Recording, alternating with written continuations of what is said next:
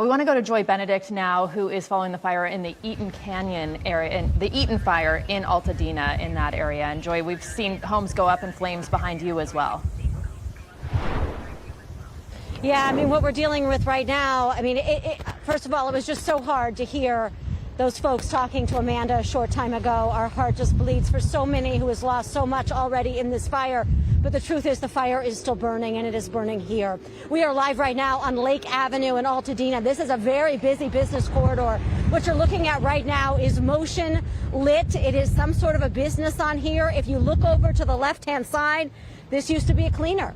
This was Poppy Cleaners. As we continue to move down this block, we have lifetime brakes also destroyed by this fire. Across the street, yet another business that has completely been hollowed out because of these flames that continue to burn right now and smolder. And if you look down the road, we have another, I don't know if this is some sort of a business or an apartment complex that is on fire. Also a total loss. And we are moving down the street right now, and you can see all of the cars that have also been damaged, gutted because of the flames that ripped through here and continue to tear through here right now. Over behind us is a home, and we are going to make a right-hand turn right here. This is Alameda Street, where we do have fire crews that have been trying really hard to stop a couple of homes that have been burning from spreading to other homes. And as you turn down this residential street, you just see that darkness completely takes over because of the smoke and the ash in this community as these things continue to burn. As I talked about the lifetime brakes over there, it is very hot as that one is still burning.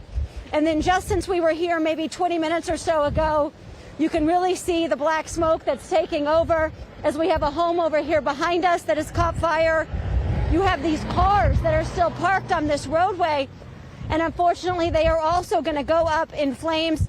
Over here to the left-hand side, there were two homes that they were working on trying to put out the fire, obviously trying to prevent that fire from spreading to the homes that continue in this direction. And that is really what firefighters are working on and have been working on throughout the night.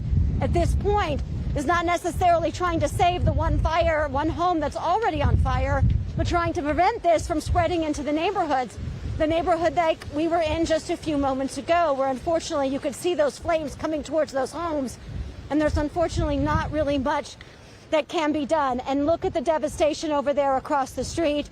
1, 2, 3, 4 homes that I can see just from where I am right now in this vantage point. And to be honest, you just can't see a lot right now with the smoke that is billowing through here. That was likely a gas tank that just exploded over there behind me. But this is an active fire. It is still burning. It is not under control, and it is downright scary. So if you do not need to be in this community, if you are safe somewhere, as I said before, please do not try and come back. Just be thankful that you have and that you are okay, and be thankful for what you have, and let the firefighters do their best to try and protect many of these other fires from burning. We're going to head back out to the street where it's a little less smoky.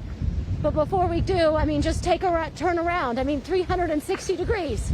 Yeah. There's fire burning in all 360 degrees of where we are right now. And some very exhausted firefighters who have been working all night. Right, Captain? Oh, so sorry, sir. That's Joy. Joy, as we continue to walk back out to Lake Avenue, you can see the fires that are burning over on the other side. I should mention I'm about a block away from Elliott Middle School. That we were at when we started our live shot. They do have a crew there. I could not see. It did not appear that the school had caught fire, but there was a lot of smoke there in the distance as we continue to just have smoke and flames in every direction up here on what is a very busy business corridor. But there is just not much that can be done as things are just falling and crashing all around us because this fire is literally consuming everything in its sight. So far, they are listing the acreage burned as just over 2,000 acres, but just by looking around, I can pretty much guess that it is much larger than that. I'll send it back to you guys.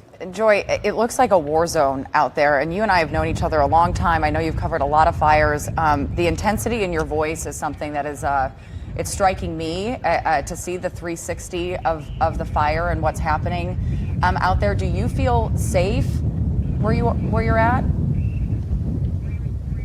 I mean, I think You know, as you said, I've known you a long time, Jamie, and you know I've covered a lot of fires.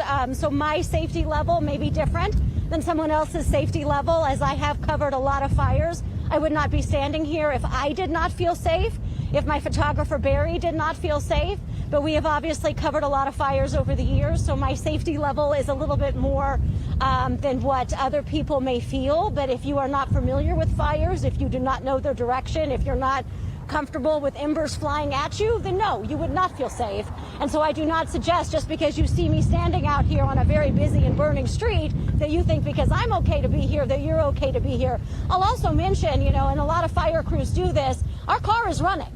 The keys are in the ignition, simply because we need to be able to run at any moment's notice. And that's what you do when you cover a fire. It's little tricks like that that you pick up along the way to make sure that you can simply get out. And that's also why I picked this area. I mean, this is a very wide street, so it gives us a space to go into if we need to. I did not walk further into that road because I lost the visibility.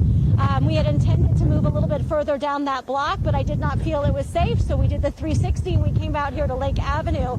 And we'll try and get you down that road and show you some of the destruction a little bit later on when the winds aren't so strong that I can actually see where I am, because the last thing I want to do is walk me or my crew into a car that may likely explode, because we have a lot of like, look at this. Turn around, Barry. We were watching this Chevrolet right here. There was a log that was burning right next to it. I mean, it is a foot away from a gas tank, a tank that we could smell when we first came out here 30 minutes ago.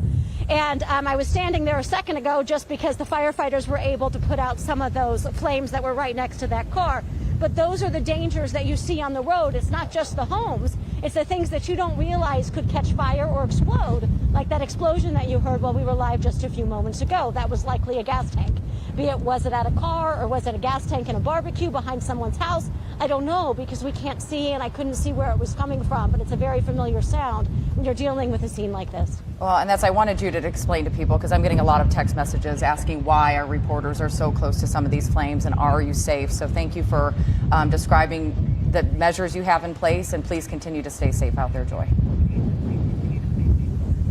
Absolutely. We'll get you some more views here in just a few minutes. And I hope those animals in that animal hospital are safe too, Joy. Thank you so much.